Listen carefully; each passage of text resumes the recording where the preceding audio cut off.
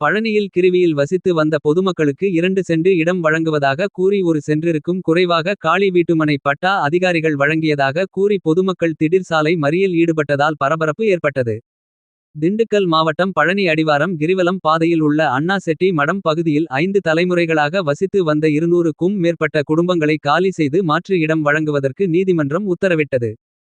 திருத்தொண்டர் சபை நிறுவனர் ராதாகிருஷ்ணன் என்பவர் அடிவாரம் பகுதியில் உள்ள ஆக்கிரமிப்புகளை அகற்ற வேண்டும் என நீதிமன்றத்தில் வழக்கு தொடர்ந்திருந்தார். அந்த வழக்கின் அடிப்படையில் ஓய்வு பெற்ற நீதிபதி அடங்கிய குழுவினர் ஆய்வு செய்து குடியிருப்புகளாக வசித்து வருவதற்கு மாற்று இடம் வழங்குவதற்கு நீதிமன்றத்தில் பரிந்துரை செய்தார். 100க்கும் மேற்பட்ட குடும்பங்களுக்கு மாற்று இடங்கள் வழங்குவதற்கான அடிப்படையில் நீதிமன்றம் குடியிருப்பு வாசிகளுக்கு மாற்றிடம் வழங்க உத்தரவிட்டது.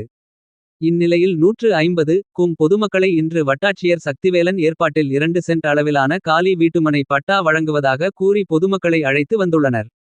தனியார் மண்டபத்தில் வைத்து வீட்டு மனை பட்டா வழங்கப்பட்டது. அப்போது அந்த வீட்டுமனை பட்டாவில் 1 சென்டிற்கும் குறைவாக இடம் பதிவு செய்யப்பட்டிருந்தது.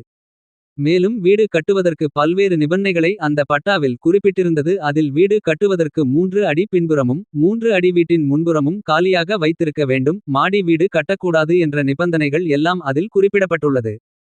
இதை பார்த்த பொதுமக்கள் அதிகாரியிடம் நகர்மன்ற தலைவர் உமா மகேஸ்வரி துணைத் தலைவர் கந்தசாமியிடம் வாக்குவாதம் ஈடுபட்டதையடுத்து அதிகாரிகளும் நகர மன்ற தலைவரும் அங்கிருந்து புறப்பட்டு சென்று விட்டனர். இதனை கண்டித்து 2 சென்ட் நிலம் வழங்கப்படும் என அழைத்து வந்து தங்களை அதிகாரிகள் ஏமாற்றி விட்டதாக என கூறி பொதுமக்கள் பழனி தாராபுரம் சாலையில் திடீர் சாலை மறியல் போராட்டத்தில் ஈடுபட்டனர்.